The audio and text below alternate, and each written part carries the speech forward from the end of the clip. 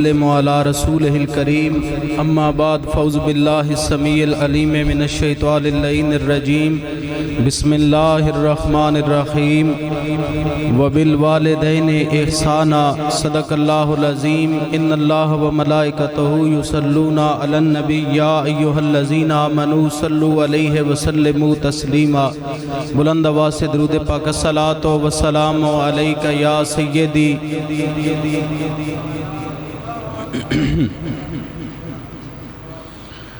زیب مسند صدارت پیکر اخلاص و مروت فخر السادات آل نبی اولاد علی حضرت قبلہ علامہ پیر سید محمد شاہ صاحب دامت برکاتہم العالیہ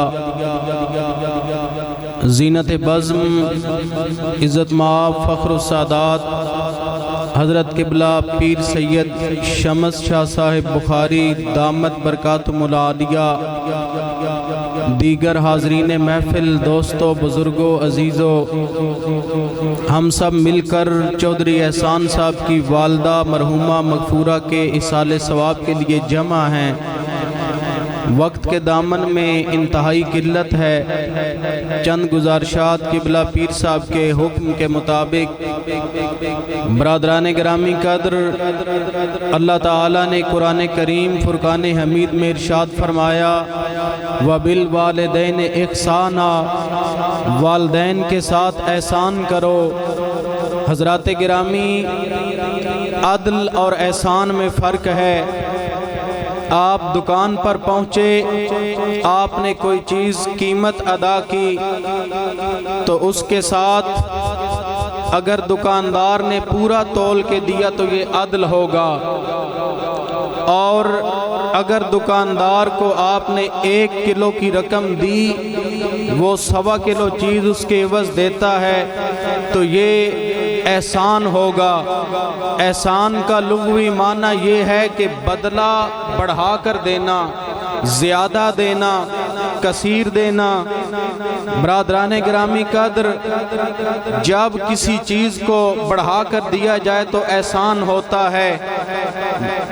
ہمیشہ یاد رکھیں، ہم پر سب سے زیادہ احسان کرنے والی اللہ کریم کی ذات ہے۔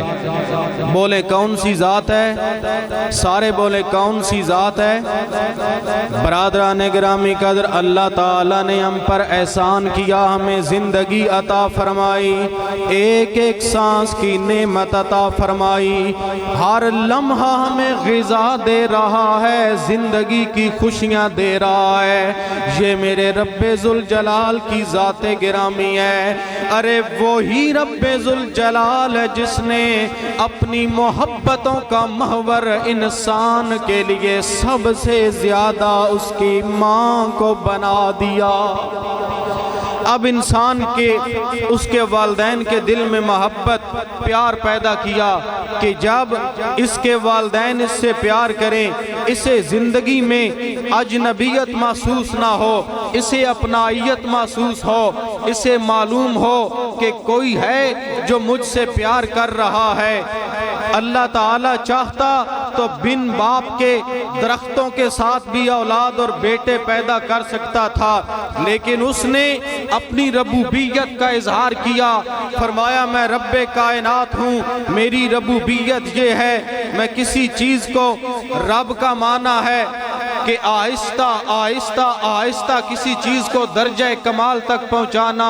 فرمایا میں رب کائنات ہوں، میں والدین کا وسیلہ دے کر ماں باپ کے ذریعے دنیا میں تمہیں بھیج کر یہ بتانا چاہتا ہوں کہ دنیا والوں کوئی ہے جو تمہیں پیدا کر رہا ہے، ہم وسیلے کے قائل ہیں، اور بحمداللہ اہل سنت سادات کی موجودگی میں فخر سے سر بلند کر کے یہ مجھے کہنا پڑتا ہے کہ الحمدللہ ہم اہل سنت وسیلہ کے قائل ہیں، اور ہم کہتے ہیں کہ جب بھی مانگو تو وسیلہ سے نبی کے مانگو، اس طرح اس کا کرم اور دوبالا ہوگا۔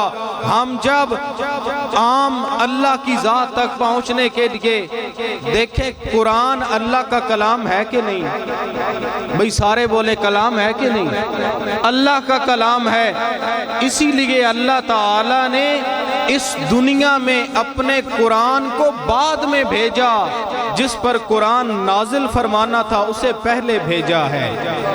برادران گرامی قدر، اس سے ثابت ہوا کہ قرآن کو سمجھنے کے لیے کسی تھیوری کی ضرورت تھی، کسی ظاہری دنیا میں ایسے تجربے کی ضرورت تھی کہ جو سر سے لے کر پاؤں تک پورا انسان اس قرآن کو جانتا ہوتا، قرآن کا عامل ہوتا اور اس کی زندگی قرآن کا مرکز و محور ہوتی۔ اس لیے قرآن پہلے دیا، صاحب قرآن پہلے دیا، قرآن بعد میں دیا۔ اسی لیے اللہ نے بتایا بندہ مومن تمہاری زندگی میں نشیب و فراز ہے، تمہاری زندگی میں اتار چڑھاؤ ہے، تمہاری زندگی میں عجیب قسم کے سلسلے ہیں، انہیں کامل کرنے کے لیے تمہیں کامل مرشد کی ضرورت ہے، انہیں مکمل کرنے کے لیے تمہیں کسی راہبر کی ضرورت ہے، تم بغیر مرشد کے کچھ بھی نہیں ہو۔ اور قبلہ شاہ جی تشریف فرما ہے، الحمدللہ ہمارا سلسلہ ایک ہی ہے پیر سیال لجپال کا۔ حضور خواجہ خواجگاں خواجہ حمید الدین سیالوی حضور امیر شریعت رحمت اللہ تعالی علیہ فرمایا کرتے تھے کہ یہ جو بندگی ہے نا، اس سے زیادہ پندگی بڑھ جایا کرتی ہے۔ کسی نے کہا حضور پندگی کیا ہے؟ فرمایا بندگی تو اللہ کی عبادت ہے اور پندگی اپنے مرشد کے دربار کی بار بار حاضری کا نام ہے، پندگی مرشد کامل کی رہنمائی کا نام ہے۔ برادران گرامی قدر، جس طرح مرشد کی ضرورت ہے اسی طرح ایک فرما بردار بیٹے کو والدین کی اطاعت کی ضرورت ہے۔ جب یہ بندہ مومن اپنے والدین کی اطاعت کرتا ہے تو رب کائنات اسے اس درجے پر فائز فرماتا ہے کہ اللہ کا وہ حبیب جس کی چادر کی عفت کی قسمیں اللہ کے فرشتے اٹھایا کرتے تھے، وہ آمنہ کا لال مسجد نبوی میں ہوتا ہے تو حضور لمبے لمبے سانس لے رہے ہوتے ہیں۔ پوچھا گیا یا رسول اللہ کیا سونگ رہے ہیں؟ تو حضور فرماتے ہیں ریح الرحمن من قبل الجمن، لوگوں مجھے یمن سے یار کی خوشبو آ رہی ہے، میں اسے سونگ رہا ہوں۔ علماء نے کہا وجہ یہ تھی کہ یمن کے اندر کرن تھا، کرن کے اندر اویس تھا، اویس کے سینے میں دل تھا اور دل میں عشق مصطفیٰ تھا۔ مسجد نبوی میں بیٹھ کر مصطفیٰ اپنے عاشق کی خوشبو سونگ رہے۔ اویس کرنی کو یہ مقام کیوں ملا؟ پوری توجہ سے سنیے، اویس کرنی کو یہ مقام اس لیے ملا کہ اویس کرنی ماں باپ کا خدمت گزار تھا، ماں کا احترام کرنے والا تھا۔ میرے آقا مولا صلی اللہ علیہ وسلم نے فرمایا، اپنا قمیض مبارک حضرت عمر کو دے کے میرے آقا فرماتے ہیں اے عمر جب میں دنیا سے چلا جاؤں گا ایک وقت آئے گا کعبہ بیت اللہ کی دھرتی پر اویس کرنی آئے گا، وہ حج کرنے کے لیے جب آئے میرا قمیض مبارک دے کر اویس کو کہنا اے اویس کرنی تمہیں مصطفیٰ فرما رہے ہیں میری امت کے لیے دعا کر دو۔ آپ کی سبحان اللہ کی مجھے سمجھ نہیں آ رہی، لیکن میں تو سادات تشریف فرمایا وہ دعا دیں گے میرے لیے کافی ہوگا۔ دیکھیں اللہ کے حبیب کے پاس ساری کائنات جاتی ہے، آقا دعا فرما دیں، اور حضور دعا فرما دیں تو انداز ہے، کیا انداز ہوتا ہے کہ اجابت نے جھک کر گلے سے لگایا، بڑی ناز سے جب دعائے محمد حضور دعا کر دیں تو پھر پیچھے کیا بچتا ہے؟ ساری کائنات مدینے والے آمنہ کے لال کی بارگاہ میں دعا کے لیے جاتی ہے، اور حضور فرماتے ہیں میری امت کے لیے اویس کرنی سے دعا کروائی جائے۔ کیوں اویس کرنی اتنا مقام کیوں پا گیا؟ مدینے والے آقا کی بارگاہ میں اتنا کیوں منظور ہو گیا؟ وجہ یہ تھی کہ اویس کرنی اپنی زندگی میں میرے نبی کی بارگاہ میں دیدار کے لیے بھی نہ گیا، اس لیے کہ ماں باپ کی خدمت کرتا رہا۔ ماں کی خدمت کا صلہ یہ ملا کہ میرے نبی نے فرمایا ہے تو میری امت کا ایک فرد، لیکن مقام میں اتنا بلند و بالا ہے کہ میں مدینے کا تاجدار بھی اس سے دعا کروا رہا ہوں۔ برادران گرامی قدر، چلیے بایزید بسطامی کون تھے؟ ماں نے پانی مانگا، حضرت بایزید بسطامی سردیوں کی رات تھی، ایک پیالہ پانی کا پکڑ کے بایزید ساری رات ماں کی چارپائی کے پاس کھڑا رہا۔ ماں نے کروٹ بدلی، جب جاگ آئی پوچھا بایزید ایک پیالہ پانی کا لے کے کتنی دیر سے کھڑا ہے؟ عرض کی امی جان تو نے پانی مانگا تھا، میں نے سمجھا اگر تو پھر جاگ جاتی اور جاگ کر پھر پانی مانگتی بایزید حاضر نہ ہوتا، یہ میں نے گوارا نہ کیا۔ امی جان میں سردیوں کی رات میں ساری رات پانی کا پیالہ پکڑ کے کھڑا رہا، میرے رب نے اتنا کرم کیا۔ حضرت اویسے حضرت بایزید بسطامی کو اللہ نے ماں کا ادب کرنے کی وجہ سے وقت کے ولیوں کا سلطان بنا دیا۔ یہ ہے والدین کے ادب کا نتیجہ۔ برادران گرامی قدر، آپ مجھے سماعت فرماتے رہتے ہیں، وقت کے دامن میں گنجائش نہیں، میں بھی چاہتا ہوں قبلہ حضرت صاحب کو مل کر سماعت کریں۔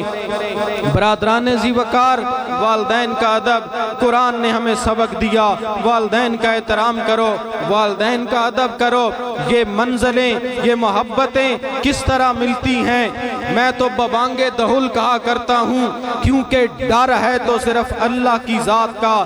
آج کسی عہدیدار کے دروازے پر یہ دیکھیں، الیکشن کے دن قریب ہیں، ایم پی اے صاحب آپ کے دروازے پر آ نہیں جاتے اور آ کر کہتے ہیں جناب ہمیں آپ سے بڑا پیار ہے، بڑی محبت ہے۔ انہیں تجھ سے محبت نہیں، اس پرچی اور ووٹ سے محبت ہے۔ جب الیکشن ختم، پیار کا معیار بھی ختم ہو جائے گا۔ یہ دنیا کے پیار ہے لالچ کی وجہ سے۔ میں کہا کرتا ہوں اگر پیار کرنا ہے تو غوث سمدانی سے کر، پیار کرنا ہے تو جنید بغدادی سے کر، پیار کرنا ہے تو پیر سیال سے کر، پیار کرنا ہے تو پیر پٹھان سے کر، پیار کرنا ہے تو آستانہ علیہ شکریلہ شریف سادات کے قدموں میں آ جا۔ خدا کی قسم کائنات زوال پذیر ہو جائے گی، اللہ کے ولیوں کا پیار قیامت کے دن بھی زندہ جاوید ہو جائے گا۔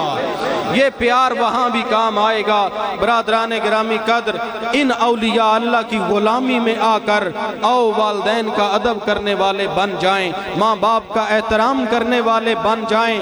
جب ہم ماں باپ کا ادب کرتے ہیں اور سادات اور اولیاء کی رہنمائی میں کرتے ہیں تو پھر اللہ تعالیٰ وہ تاج نعمت عطا کرتا ہے بندہ مومن کو کہ رب فرماتا ہے فَالَّذِينَ آمَنُوا بِهِ۔ اب اس نے ایمان کے تقاضوں میں ولایت اور بیعت کا تقاضا بھی پورا کیا، اب اس نے ایمان کے تقاضوں میں ماں باپ کا ادب بھی کیا، اب ہم اسے ایمان کا تاج عطا فرماتے ہیں۔ رب کائنات اسے ایمان کا تاج عطا فرما دیں گے۔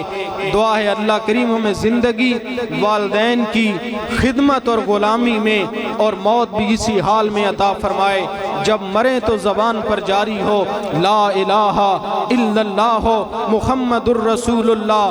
حضرت خواجہ قطب الدین بختیار کاکی سبق پڑھا چکے، ایک طالب علم بیٹھا رہا، فرمایا تم جاؤ۔ کہنے لگا استاد جی خواب دیکھا تھا، تعبیر پوچھنی ہے۔ کل خواب میں نے دیکھا جنت میں نہر کے کنارے آپ چل رہے ہیں اور آپ کی داڑھی سے نور نکل رہا ہے۔ حضور مجھے سمجھ نہ آئی کہ وہ نور کیا ہے، آپ فرما دیجئے۔ آپ نے فرمایا کہ میری ماں بیمار تھی، بچوں تمہیں پڑھانے کے بعد جب گھر پہنچا میں ماں کی پنڈلیاں دباتا تھا، جب یوں جھکتا تھا تو میری داڑھی ماں کے قدموں سے مس ہوتی تھی۔ میرا ایمان ہے رب نے میری داڑھی کا نور میرے ماں کے قدموں کا غبار بنا دیا ہے۔ سب حکمتیں، سب عزتیں والدین کے ادب اور غلامی میں ہیں۔ اللہ کریم ہمیں والدین کے گستاخوں میں نہیں بلکہ والدین کے فرما برداروں میں زندگی اور اسی حال میں موت عطا فرمائے۔ وما علینا الا البلاغ۔